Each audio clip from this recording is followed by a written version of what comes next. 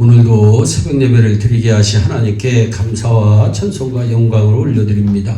우리 다 함께 사도신경으로 신앙 고백하신 후에 찬송가 287장을 부르신 후 요한복음 4장의 말씀을 읽으신 다음 오늘 말씀을 듣겠습니다. 사람은 일생을 살아가는 동안 세 번 아주 중요한 만남을 경험하게 됩니다.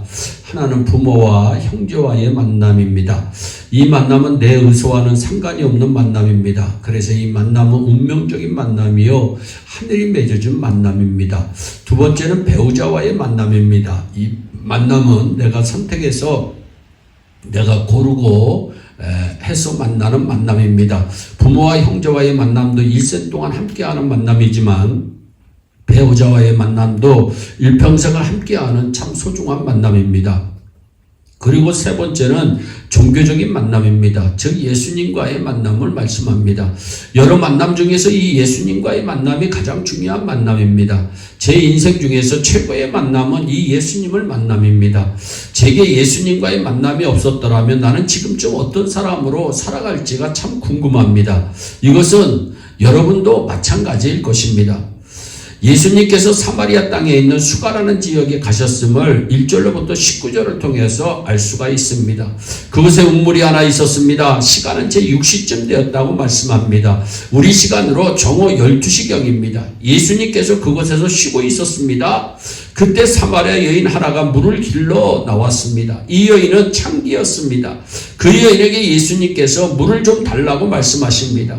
그때는 유대인과 사마리아인은 서로 말을 하지 않고 지낼 때였습니다. 그리고 유대인은 사마리아 땅을 밟지도 않았을 때입니다. 그만큼 유대인은 사마리아인을 부정하게 생각했습니다. 그런데 유대인인 예수께서 사마리아 여인에게 물을 달라고 하니까 이상하게 생각했던 것입니다. 그래서 묻기를 당신은 유대인이면서 왜 사마리아인인 나에게 물을 달라 하느냐 말합니다. 그때 예수님께서 말씀하시기를 내가 누구인지 알았으며 네가 오히려 내게 생수를 구했을 것이다 말씀하십니다. 그리고 내가 주는 물은 한 번 마시며 다시는 목마르지 않을 것이다 말씀하십니다. 그러자 이 여인은 얼른 그러면 그 생수를 내게 주십시오 라고 호기심을 보입니다. 그때 예수님께서는 느닷없이 가서 내 남편을 데리고 오라고 말씀하십니다. 여인은 그 요구에 상당히 당황했을 것입니다. 그것은 그의 현재의 삶의 내용이 문제가 되고 있기 때문입니다.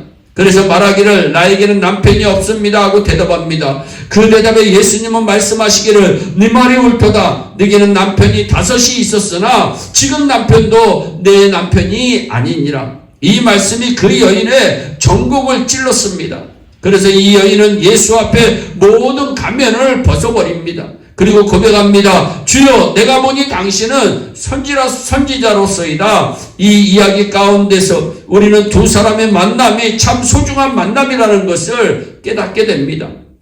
이 예수와의 만남은 대체적으로 다음 3가지 복을 우리에게 줍니다. 첫째는 변화의 복입니다. 이 여인이 예수님을 만났습니다. 이 만남으로 그날 이 여인은 참으로 엄청난 변화를 겪습니다. 예수님께서 자기의 남편 이야기를 하실 때 이 여인은 전신의 전율 같은 것을 느꼈을 것입니다. 그 말씀 한마디가 그 여인의 인생을 송두리째 바꾸어 놓았습니다. 그리고 그 여인의 마음을 바꾸어 놓고 가는 길을 바꾸어 놓았습니다. 예수와의 만남은 가장 먼저 변화를 주는 축복이 있습니다. 두 번째는 교제의 복입니다. 예수님을 한번 만나게 되면 한번 만남으로 끝나는 것이 아닙니다. 그 위에는 깊은 교제를 나눕니다. 친구도 좋은 친구는 깊은 교제를 나눕니다. 이웃도 좋은 이웃은 깊은 교제를 나눕니다. 신앙도 예수와 진정으로 만나게 되면 깊은 영적 교제가 이루어지는 것입니다. 초대교인들은 예수님과의 교제가 깊어지니 고난을 두려워하지 않았습니다. 그래서 기꺼이 카타콤으로까지 들어갑니다. 카타콤은 당시 고난과 박해의 상징입니다. 잡히면 죽는 길밖에 없는데도 마다하지 않고 그 길을 자초합니다. 주님과의 교제는 신앙인들로 하여금 용기를 갖게 해줍니다. 주님과 이런 깊은 교제를 하려면 우선 우리의 신앙 환경을 좋게 만들어야 하는 것입니다. 저절로 이루어지는 것이 아닙니다. 한 외국인이 한국의 시골을 보기 위해 찾아갑니다. 어느 노인과 어린 손자가 행복하게 밭을 갈고 있었습니다. 그런데 그 노인과 손자가 손수 쟁기를 잡고 밭을 가느라고 수고를 하고 있었습니다. 외국인이 그 모습을 보니 참 기이했습니다. 그래서 이웃 사람에게 물었습니다. 저 집은 참 가난한 모양이군요. 소 한 마리가 없어서 저렇게 고생을 하고 있는 것이 아닙니까? 그러자 동네 사람이 대답합니다. 아닙니다. 저 노인은 교회를 건축할 때 도움될 만한 것을 제공하려 했지만 그들에게는 돈이 없었답니다. 그래서 그들은 단 한 마리밖에 없는 소를 팔았습니다. 그래서 스스로 밭을 갈고 있으면서도 저렇게 행복해하고 있는 것입니다. 저는 이것이 예수와 깊이 있게 교제하는 사람이라고 생각합니다. 진정 깊은 교제를 하는 사람이라면 아까울 것이 없습니다. 얼마나 무게 있는 신앙입니까? 다 바치고도 즐거운 상태, 그것이 진정한 사랑이고 행복이고 깊은 교제의 삶이 아닙니까? 주님과의 깊은 교제는 이런 축복을 우리에게 안겨줍니다. 마지막으로 증거의 복입니다. 진정 예수를 만나게 되면 증거하는 사람이 됩니다. 이 여인을 보세요. 우물가에서 예수를 만납니다. 그는 분명 그리스도였고 메시아였습니다. 그런 분을 이 여인이 만난 것입니다. 그런데 어떻게 가만히 있을 수 있습니까? 그래서 28절을 보세요. 여자가 물동이를 버려두고 동네로 들어가서 사람들에게 말합니다. 와보라, 내가 만난 사람이 그리스도가 아니냐. 그랬더니 39절에 그 동네 중에 많은 사람들이 예수를 믿었다고 성경은 말씀합니다. 예수를 처음 만난 안드레는 가만히 있을 수가 없었습니다. 그래서 베드로에게 쫓아가서 와보라고 이끌고 예수께로 데리고 갑니다.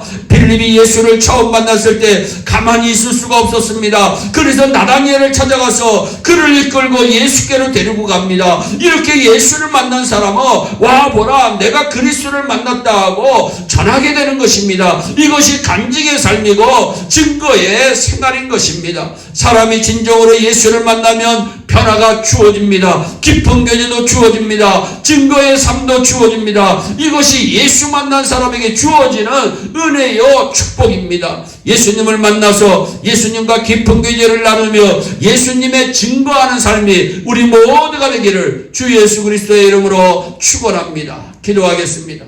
사랑의 하나님, 참 감사합니다. 우리 예일의 온 성도들이 예수를 만난 하나님의 귀한 백성들인 줄로 믿습니다. 하나님, 예수를 만나 변화받고 예수를 만나 하나님 앞에 영광 돌리고 예수를 만나 증거의 사람이 되고 예수를 만나 깊은 주님과 영적 교제를 나누는 축복의 주인공들인 줄로 믿습니다. 아버지 하나님, 우리 예일의 온 성도들이 예수를 만난 사람들이며 와보라, 우리 예일교회로 와보라 소리쳐 외치는 사마리아 여인과 같은 귀한 은혜가 우리 모두에게 임하여지게 하여 주셔서 우리 예일교회가 날마다 부흥하고 하나님 앞에 크게 영광 돌리는 축복의 귀한 교회, 아름다운 교회, 복음의 교회, 부흥하는 교회가 되게 하여 주시옵소서. 감사하고 예수님의 이름으로 기도하옵나이다. 아멘.